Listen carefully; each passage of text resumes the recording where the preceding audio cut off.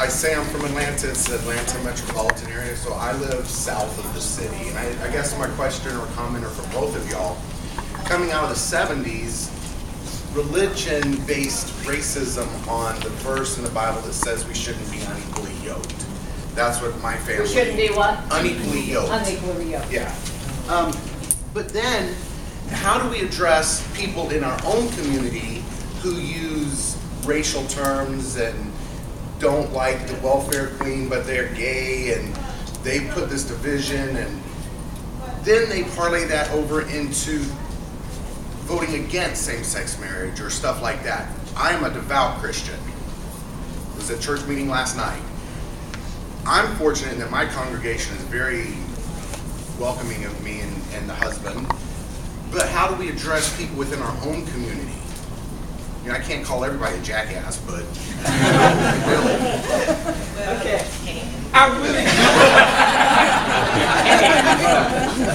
I really do believe that there comes a level of candid compassion. The truth is, and I appeal to my 40-year journey of I know I've been gay since I was 14. Okay, 14 to 45. I know I've been gay. Resolving gay with my theology took me at least up until I was 40. Okay, and it was not. I wasn't trying to hide. I wasn't being DL. I was not hiding.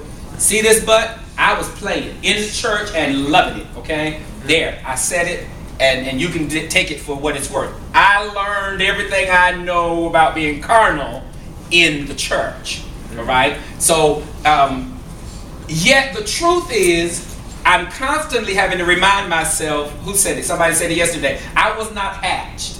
I didn't just come out yesterday. You know, it took me a journey, and the same way it's going to take people a journey to come out. So, you know, they sound like jackasses, but they're really not. They really think they're doing right. You know, and I settled in calling it a struggle until somebody came and embraced me in the faith, because I wasn't listening to secular sinners because they were going to hell, right? Well, somebody in the faith came and said, just stop struggling. You know you believe God, and we know you gay, so go on, be all right. You know, and it set me free. We're just going to stop feeling like that. Okay, we're trying to keep this moving. Okay. Who's next here? And then we need to come up front. We'll have couple, and then we need to come up front. Okay.